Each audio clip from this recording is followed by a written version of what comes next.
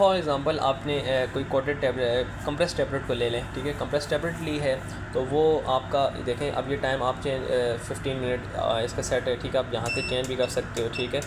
30 minute कर सकते हो, ठीक है। कोटेड के लिए क्या 30 मिनट है, ठीक है।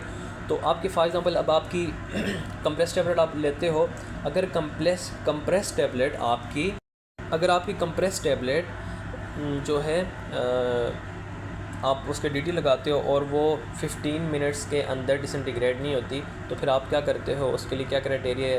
यूएसपी का क्राइटेरिया मैं आपको बता देता हूँ। जो यूएसपी का क्राइटेरिया है वो ये है कि जो आपकी टैबलेट है, आपका फॉर एग्जाम्पल आपने कंप्रेस टैबलेट ली,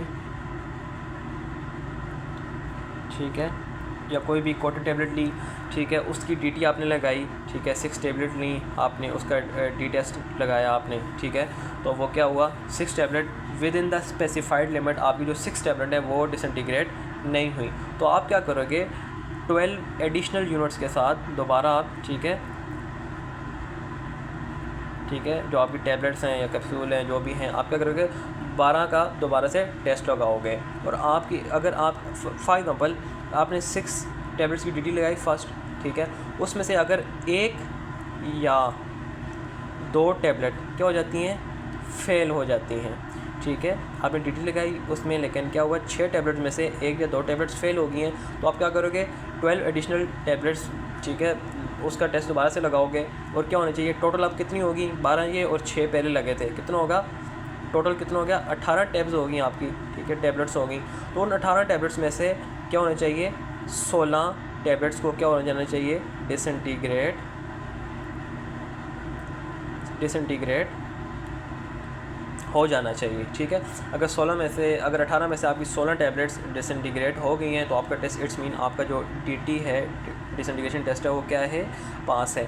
अगर आपकी 18 में से 16 टैबलेट्स 18 में से आपकी 14 या 15 टैबलेट्स डिसइंटीग्रेट हुई हैं, बाकी नहीं हुई, तो आपका डीटी क्या है, डिसइंटीग्रेशन आपका फेल है। ये मीन्स कि जो आपका बेज है वो जो है वो नॉन कंप्लायंस शो कर रहा है, ठीक है।